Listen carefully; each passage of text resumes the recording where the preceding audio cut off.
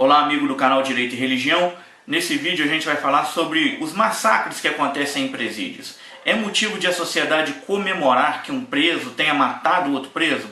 De que um bandido tem medo? E mais, quais são as alternativas para que a gente reduza a criminalidade, tanto fora do presídio, quanto lá dentro, para a gente eliminar esse tipo de carnificina? Antes da gente começar, se inscreva no nosso canal, deixe o seu like e compartilhe esse vídeo. E por que ocorrem massacres dentro de presídios? Em primeiro lugar, porque presos de facções criminosas diferentes estão disputando a hegemonia dentro do mundo do crime. Quem é o líder da organização, ou qual é a organização criminosa que vai comandar a criminalidade de uma determinada região? Num segundo lugar, um segundo motivo, é o desconforto com o preso do seguro. Há uma ética no mundo do crime de que um detento não pode cumprir pena com outro que tenha cometido, por exemplo, abuso sexual. Então, havendo um desconforto entre esses presos convencionais e esses presos do seguro, pode haver sim essa onda de massacre, essa onda de rebelião, justamente porque há uma ética no mundo do crime. Em segundo lugar, a gente tem que pensar como que entram armas e drogas dentro de presídio. Bom, a gente sabe que é um problema muito sério, muito grave, os índices de corrupção. Bom, arma e drogas só conseguem entrar no presídio se houver corrupção. Hoje a maioria dos estabelecimentos prisionais possuem aquele body scan. Bom, é impossível que uma pessoa portando arma ou droga passe pelo body scan e não seja detectada. Então, a grande mazela do sistema ainda é a corrupção, por parte de alguns agentes prisionais que se vendem para que armas e drogas entrem dentro do presídio e mais, porque entendem que através dessa entrada de armas e drogas é possível haver algum tipo de controle sobre a massa carcerária. E há motivos para a gente comemorar os massacres? Eu penso que não, e vou te apresentar algumas razões. Em primeiro lugar, ela atesta a ineficiência do Estado. O nosso Estado, o Brasil, não admite pena de morte. E o que de fato acontece nesses massacres, nesses tribunais do crime, é a imposição de uma pena de morte, ou seja, de mais um ato ilegal cometido por aquele que está preso justamente por ter feito alguma ilegalidade aqui fora. Em segundo lugar, a gente tem que pensar o seguinte: não são os grandes dentro do crime que morrem nesses locais, são os mais fracos no crime. Então é uma forma de os maiores, os mais agigantados dentro do universo criminoso se imporem contra esses mais fracos. Então não é motivo de comemoração, porque de fato os grandes, os cabeças do crime organizado, eles não são mortos nesses locais. Pelo contrário, eles mandam matar.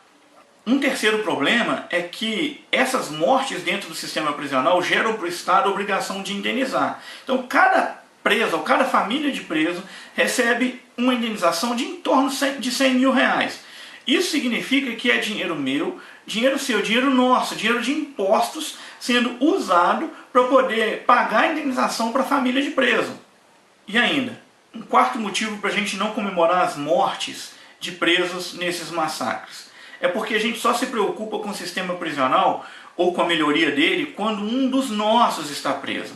Quando um amigo, um pai, um tio, um filho, um primo está nesse ambiente, é que a gente vai se preocupar com a melhoria do sistema prisional ou com a ressocialização dentro do sistema.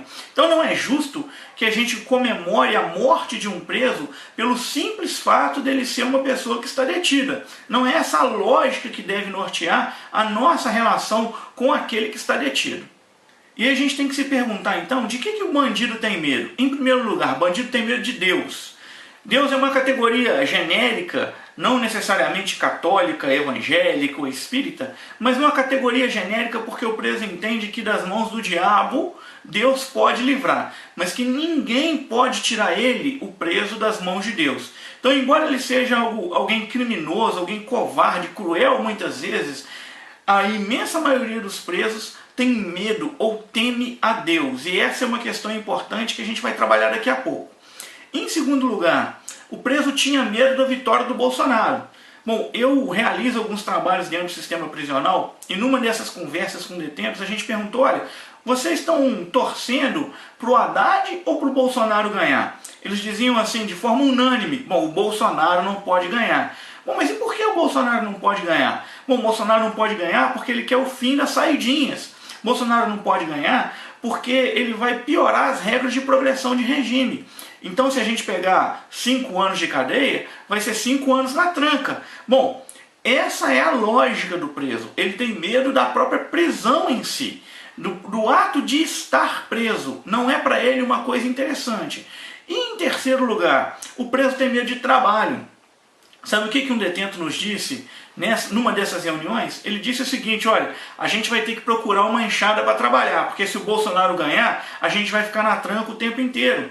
Bom, preso tem medo de Deus, preso tinha medo da vitória do Bolsonaro por conta de umas regras mais rígidas no cumprimento da pena, e preso tem medo de trabalho, porque ele quer viver uma vida sossegada, ele não quer ter o trabalho de trabalhar para ganhar o seu sustento, para sustentar de forma digna a sua família.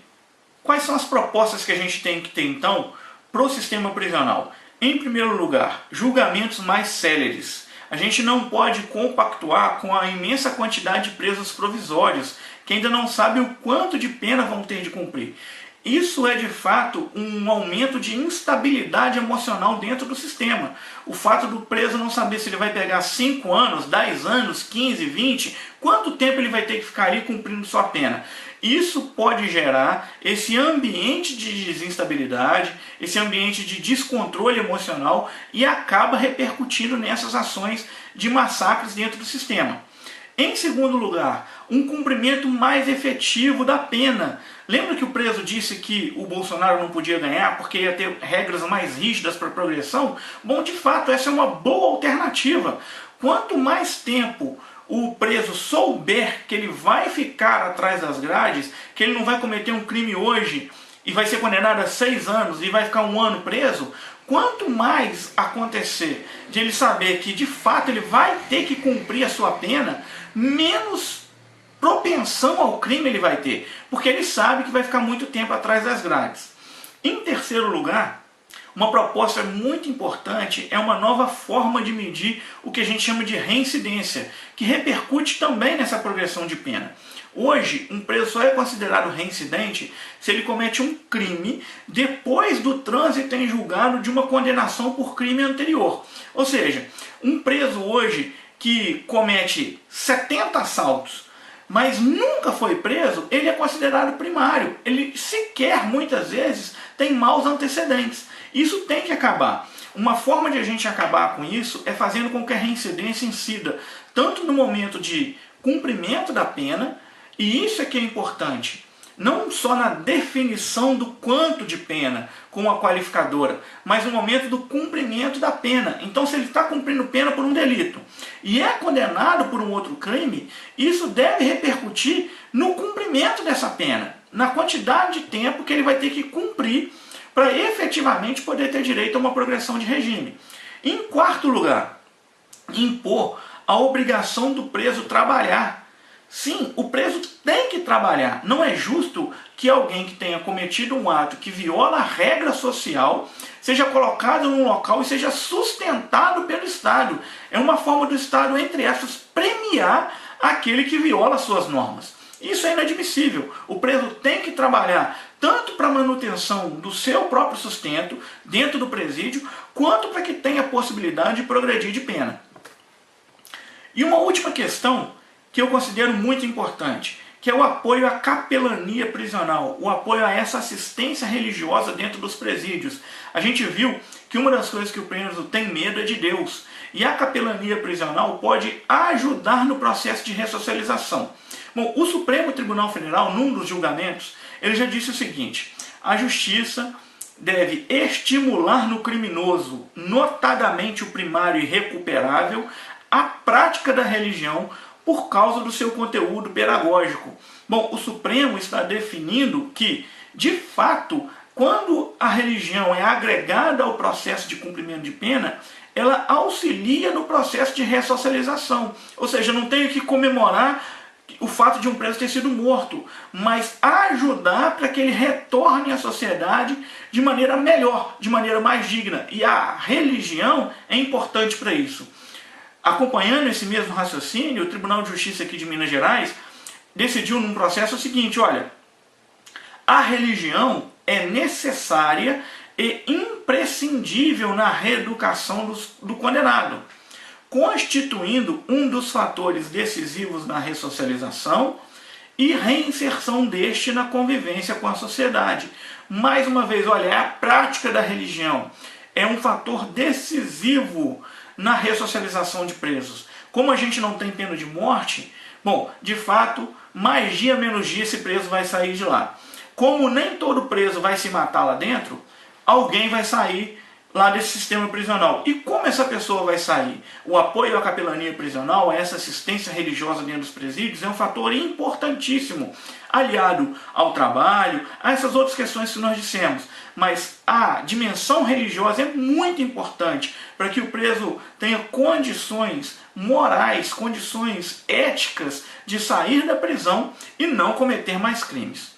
Bom, se você tem alguma dúvida ou alguma sugestão sobre esse tema, eu peço que você deixe aqui nos seus comentários. E mais, se você acha importante esse trabalho de assistência religiosa dentro dos cárceres, eu peço que você acompanhe o nosso curso gratuito de capelania, uma playlist aqui do nosso canal Direito e Religião. Lá você vai ter acesso a como montar um projeto de capelania, de que maneira você deve trabalhar esse processo de reinserção, de ressocialização do detento. Para finalizar, eu peço que você, de fato, de novo, deixe o seu like, se inscreva aqui no nosso canal e compartilhe esse vídeo. Tá ok? Até a próxima, pessoal. Um abraço.